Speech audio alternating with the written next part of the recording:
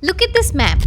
South of Mumbai, west of Panvel, a quiet coastal zone, fishing villages, ferry ghats, agricultural land, sleepy for decades. Now look at what's being built on it. A 29-kilometer greenfield highway, a bridge over Dharamtar Creek, a new international airport, a rail corridor with the longest suburban tunnel in Mumbai's history. Here's the question, when does land in that zone become expensive? Not when the roads open, not when the first flight takes off. It becomes expensive the moment the map becomes public knowledge.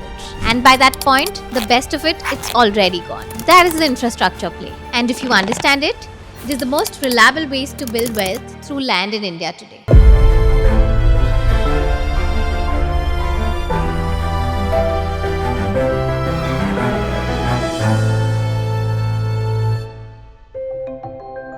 Infrastructure does one thing to land. It compresses distance. Not physical distance, perceived distance. The distance in a buyer's or renter's or business owner's mind when they are deciding where to locate. A plot 60 kilometers from Mumbai that takes 2.5 hours to reach is in practical terms not connected to Mumbai. After a road cuts that journey to only 45 minutes, it's functionally on the edge of the MMR. Land prices adjust accordingly. The gap between those two prices, that's what the infrastructure play captures. And here's what makes it particularly powerful right now. India is in the single largest infrastructure spending cycle in its history. More roads, highways, bridges and rail lines built in the last 5 years than in the previous 30 combined. A live example, something happening right now that you can verify yourself. If you've driven toward Alibaug via the Atal Setu, you know that getting from Uran-to-Alibaug by road is roughly 70 kilometers. The ferry alternative runs on schedules, gets cancelled in monsoon. The Rewas-Karanja Bridge changes this entirely. 2.04 kilometers across Dharamtar Creek, 4 lanes, 80 kilometers per hour. Part of a 498 kilometer coastal highway. When it opens,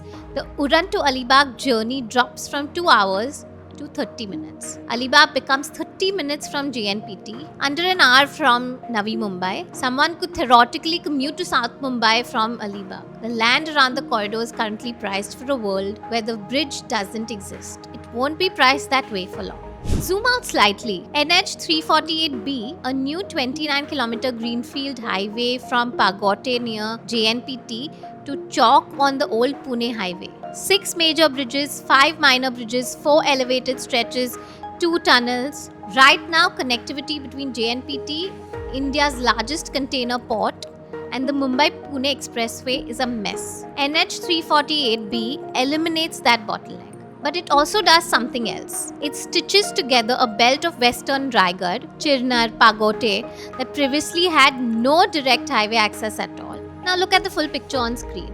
The Atal Setu, the Mumbai-Vadodara Expressway spur, NH 66 towards Goa, the Mumbai-Pune Expressway, every one of these lines converging in a zone that 10 years ago was edge of the map. This is the multiplier effect. When several infrastructure projects converge in the same geography simultaneously, the impact of land values isn't additive, it's multiplicative.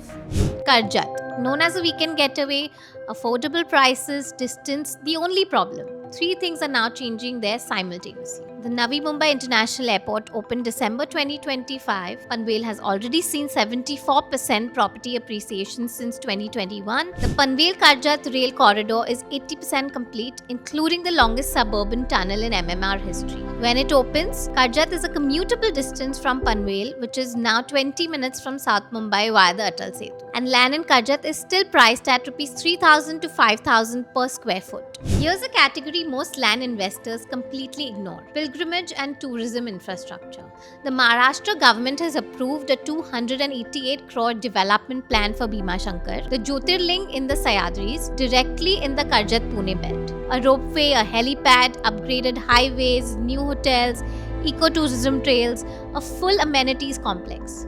Deadline, the 2027 Kumbh Mela. When the government commits serious capital to a pilgrimage destination, it de-risks that location for private investment. A ropeway and a helipad at Bhimashankar means developers will now build resorts, homestays and wellness properties in that corridor. Those properties need land. And the land that benefits isn't necessarily at the temple itself.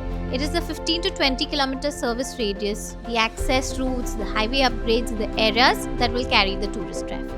How to read an infrastructure map, you might ask. 1. What does it do to travel time? 2. Who benefits? 3.